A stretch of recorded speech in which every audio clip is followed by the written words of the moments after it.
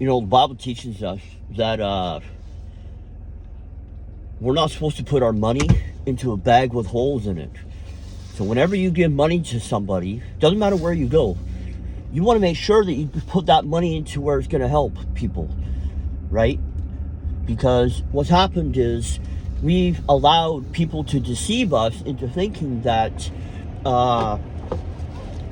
that any ministry that agrees with our ears or our hearts is fit to be giving money to.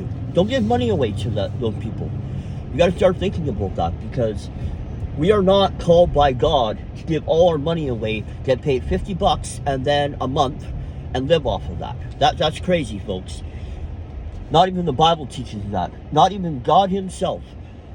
Not even Yahweh even teaches that, right? So do not put your money in a bag with holes in it. And if you don't believe me, just look at the 13,000 square foot house that Pastor Poppycock at Straitway Truth Ministries has built. Where did all that money come from? I mean, and just say he made money off the stock market. Well, where did that money come from? I mean, I think that pastors should have to go to work for a living, and that they should, out of the heart, yeah, you could have a ministry, but I mean, what kind of ministry are we running here? I mean, is this a fraudulent, do whatever we want kind of ministry? Here's the other thing. They say, like, well, you gotta live in community. You gotta live in community. Well, why? What if my standards of excellence are higher than your standards of excellence? What if I want to live in a community where everybody is sober-minded? Yeah, drink beer, have a glass of wine, whatever. But to do that every day? No, I've done that before. That pathway leads to destruction. And I'm a testimony to that. So there is no such thing as the community. You make it for yourself. But remember, maintain high standards of excellence. That way, your children are safe. No child should be in a community where they're unsafe.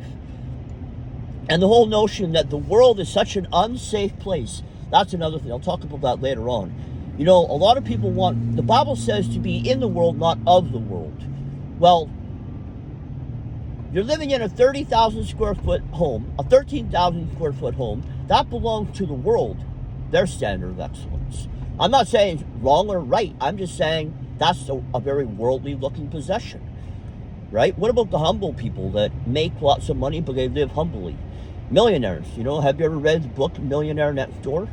And the guy said he came to these highfalutin people, and basically they thought that he was going to drink, you know, the $200 Johnny Walker Blue Label bottle. No, he just said, give me a Jack Daniels and a Budweiser. Well, how come those guys who actually make millions, they live a very humble lifestyle? They're not flashy, they're not highfalutin, they're not trying to keep up to the Joneses, and they're actually living a much more modest lifestyle. Because, you know, I remember back in the day, people complaining about, well, I'll talk about that in another video. Anyway, stay righteous.